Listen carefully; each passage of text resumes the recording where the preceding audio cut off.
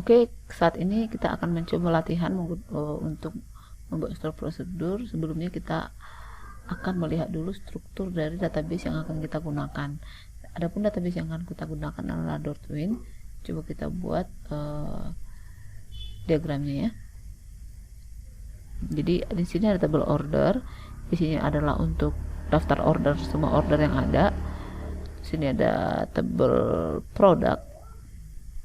Terus habis itu ada table order details, table customer. Nah, kalau kategori ini aja dulu ya, kita lihat ya, kita pakai 4 ke 5 table ini. Kita lihat relasinya.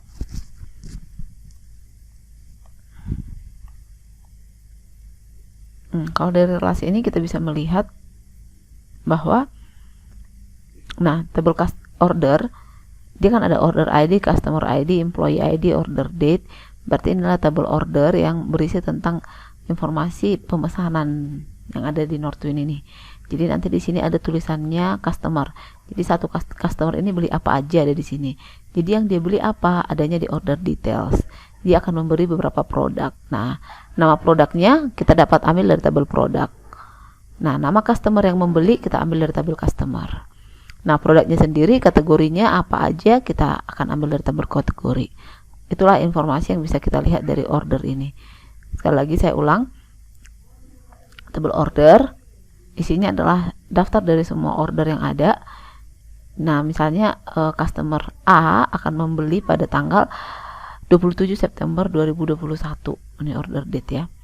Nah, customer A ini namanya apa? Apakah PT Lumbang Lonong misalnya gitu ya, adanya di tabel customer. Di sini ada nama company name.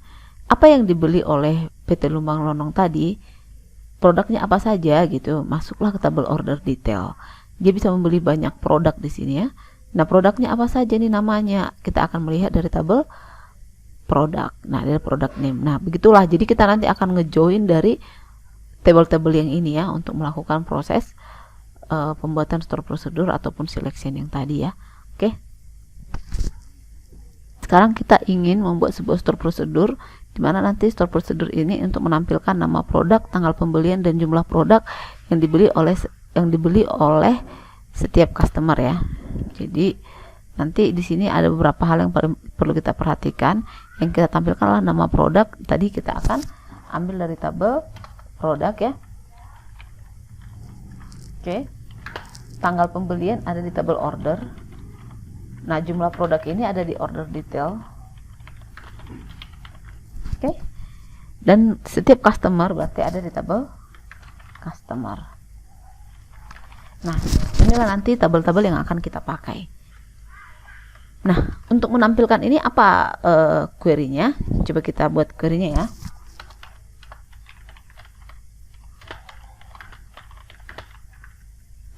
Yang menjadi tabel utamanya apa di sini? Tabel order ya. Sih agak ini ya. Oke, udah dapat ya. Tapi dari customer tertentu gitu ya. Jadi kita joinkan lagi dia ke tabel customer.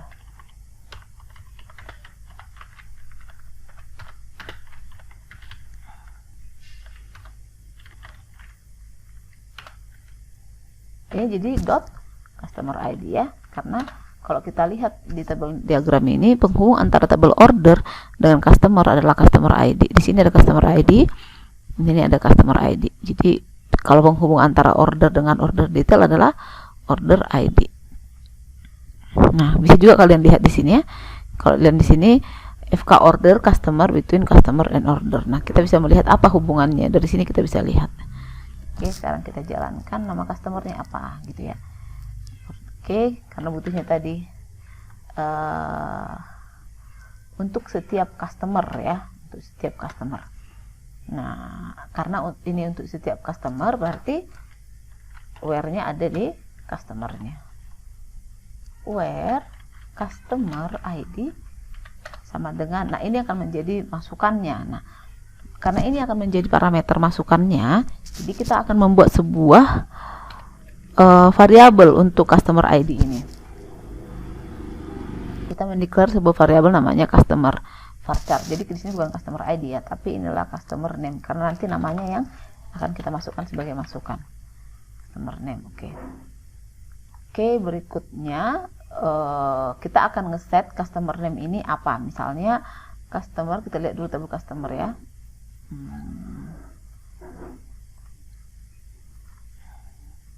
Kita mau melihat yang dibeli oleh si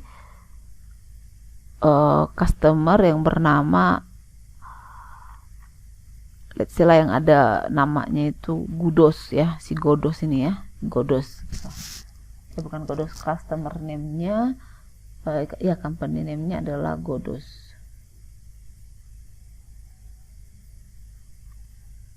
Godos, customer name-nya Godos. Ini bukan company ya, tapi ini adalah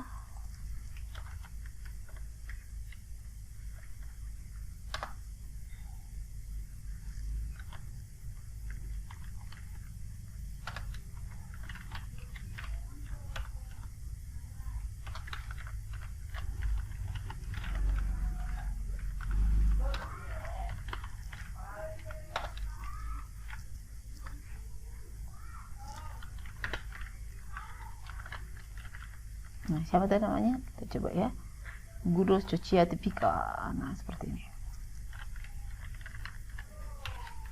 Oke, berarti kita buat ini di sini. Kita jalankan.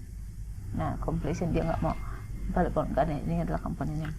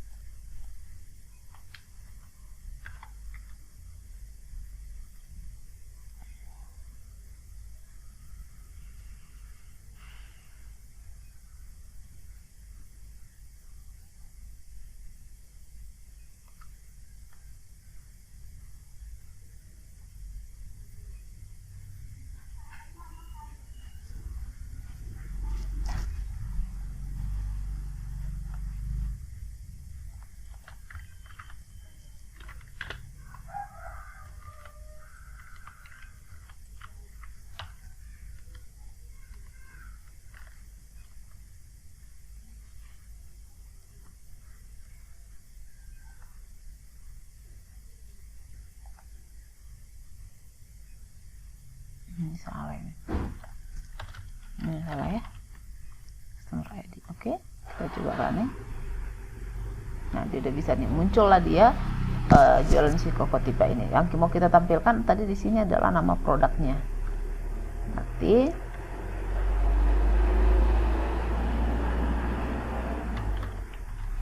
tabel apa dia, tabel produk.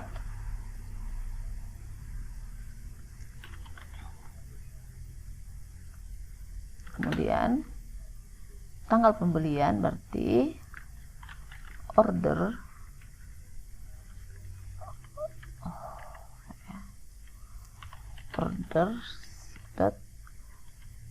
date, order date, oke, koma, kemudian apa lagi, dan jumlah produk, berarti dia tabel order detail dot quantity. Coba kita tampilkan ya.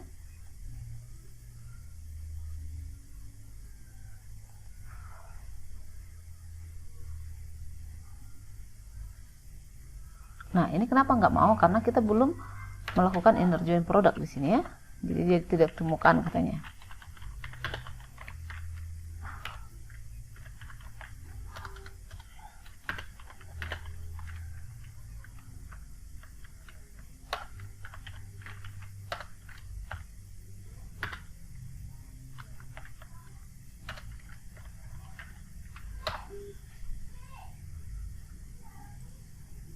Jadi inilah yang dibeli sama si Godos Cucia Tipika ini. Nah, ini kalau kita pakai programming biasa. Nah, sekarang kita mau membuat ini menjadi SQL server ya. Kita jadi store prosedur. Jadi hanya perlu kita tambahkan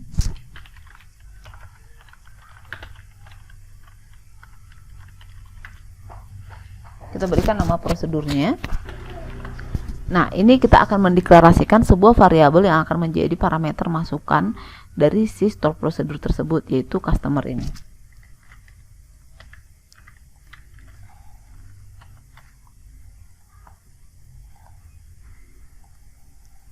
Oke, kalau seperti itu ini kita hapus ya. Pindahkan aja ke atas nih. Kita hapus dia, kita kasih komen. Ini sudah tidak kita pakai lagi.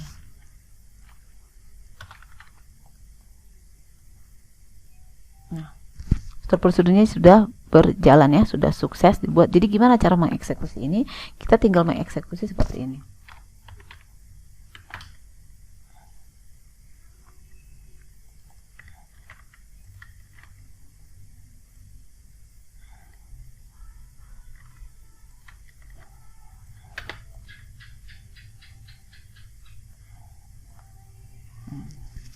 Jadi nanti kita bisa ganti nih si Godos itu, siapa lagi nih customernya ya. Selain si Godos ada si Hanari Karnes. Coba kita copy.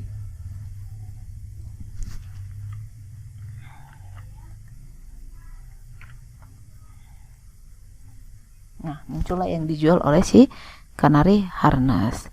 Jadi ini juga bisa ya, seperti ini kita buat ya.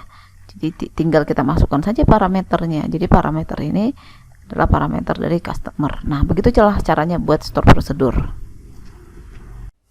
Jadi hal yang perlu kalian perhatikan di sini, kenapa saya menampilkannya sampai line per line kita ketik sama-sama, untuk kalian tidak perlu minder ya, maksudnya membuat itu pun perlu error berkali-kali gitu. Tidak mungkin kita membuat satu query atau satu store prosedur itu langsung ketik tek langsung sukses. Jadi nanti juga pada saat kalian belajar nanti akan pasti di run error dan jangan bingung, tinggal dibaca saja errornya apa, karena kadang kita salah sintaks, salah ketik, salah masukin nama table dan seterusnya ya.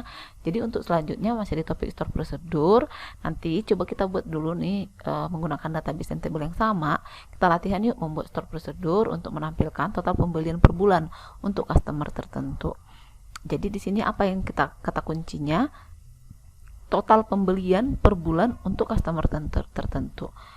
Kalau total pembelian itu berarti kalau kita lihat dari diagramnya ini, total pembelian itu ada dari mana? Total apa dulu nih Bu? Total harga atau total unit? Total unit ya. Nah, total unit untuk setiap customer per bulan. Berarti customernya ada di sini ya. Total pembeliannya ada di tabel ini, dan tanggal ada di sini. Jadi kita menggunakan ketiga table ini. Jadi langkah yang pertama kita lakukan apa? Kita ketik dulu joinnya gitu. Oke. Mulai ya.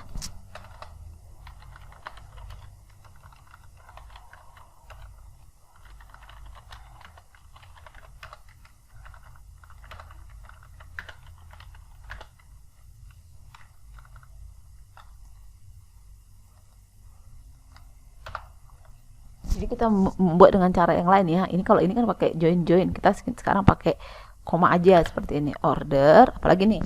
Order details.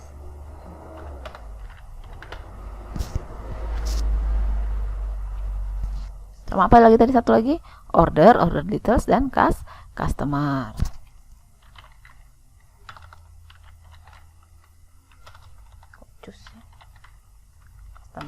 Oke, jadi kita tinggal taruh where-nya di sini untuk join-joinnya ya.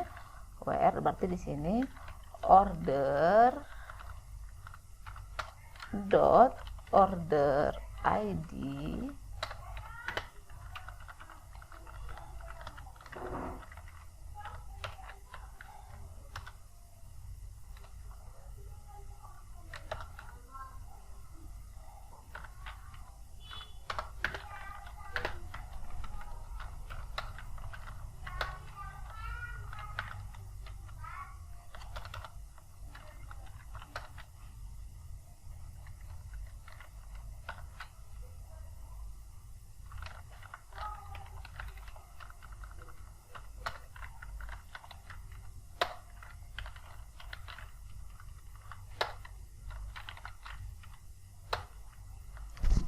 Nah, udah begini aja ya kan ya hubungannya. Coba kita run dulu ya. Oke, ini dia. Jadi sekarang yang mau ditampilkan itu adalah total pembelian per bulan untuk customer pembeli tertentu. Berarti kita tampilkan dulu nih per bulannya gimana. Berarti dari order date ya.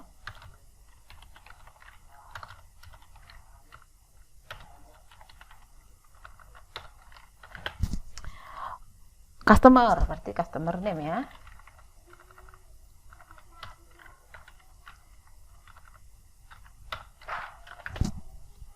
Dan total, berarti total ini tadi tabelnya di tabel order detail.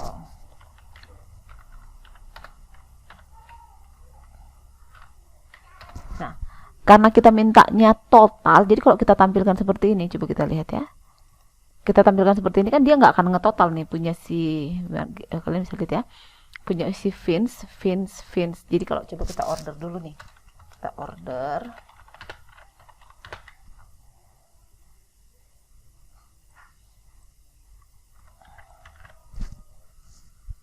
Kita perhatikan nih si Alfred ini kan belum disam ya sama dia, belum dijumlahin ya.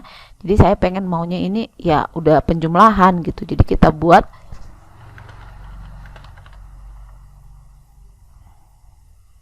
nah yang kita samkan adalah quantity ini ya. Kalau kita udah sum, jangan lupa untuk nuliskan group by.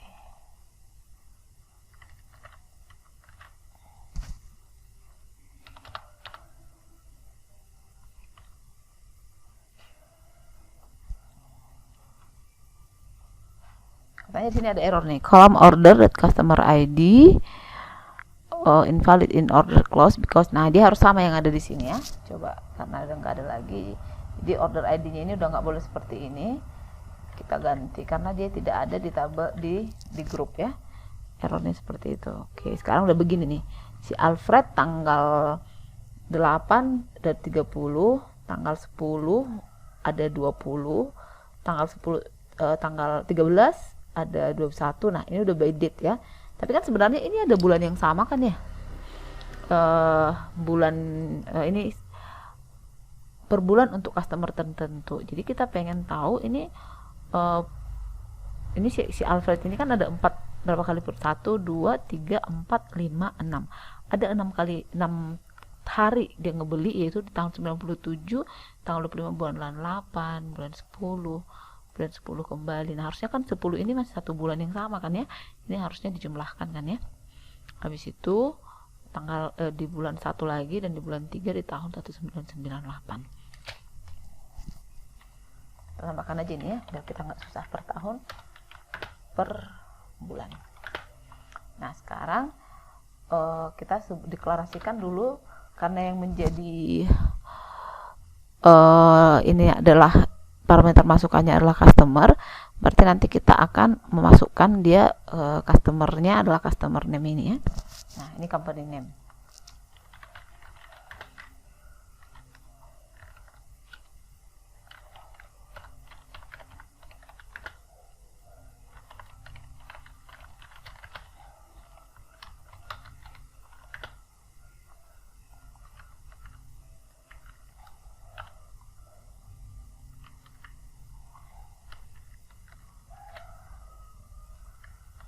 Ya, seperti biasa ini akan kita wearkan ya, karena kita tadi kan mau buy ini ya.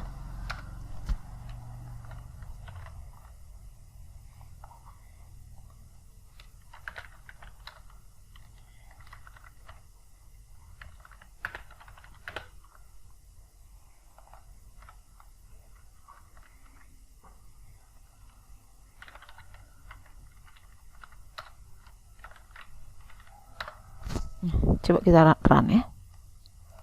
Hasilnya seperti ini ya. Tapi ini belum by year ya, dia masih tanggal ya. Jadi kita akan mengelompokkan dia berdasarkan year dan bulan. Ini kita kasih dulu aliasnya.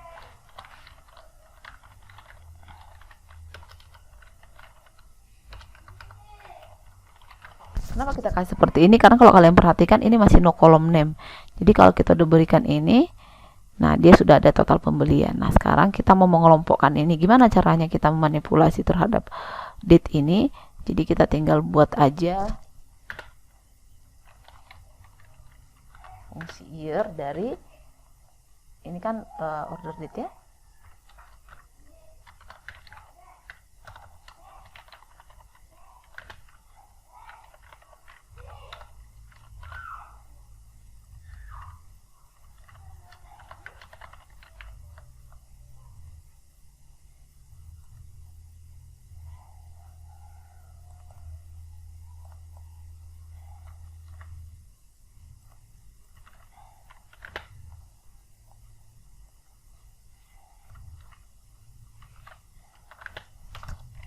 Yuk kita running yuk.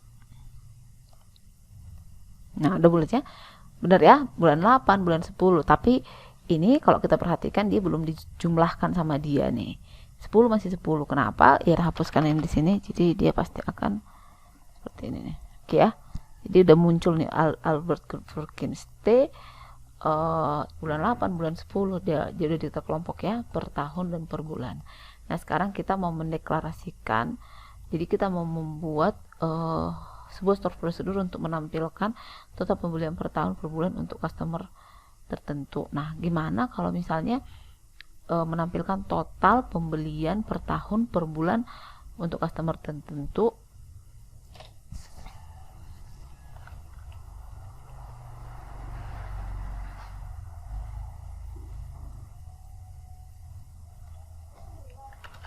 Per bulan untuk customer tertentu di tahun tertentu gitu ya. Jadi nanti ada parameter masukannya juga tahun. Jadi kita buat juga di sini, kita declare tahun.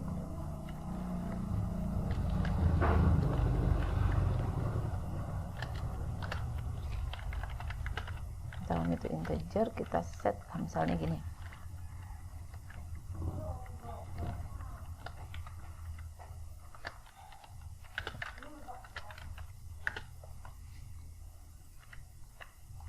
Oke ya, seperti ini ya.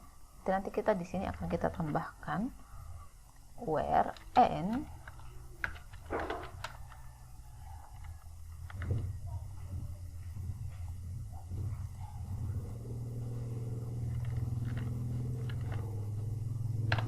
oke, coba ya. Kita running dulu.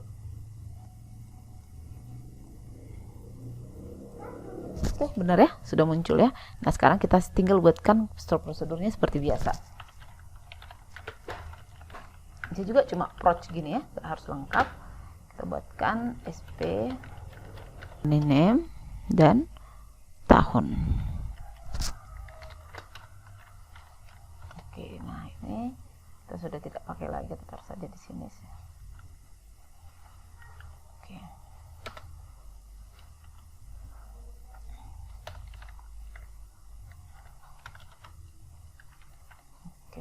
Running ya, berhasil ya. Sekarang kita tinggal exec seperti biasa.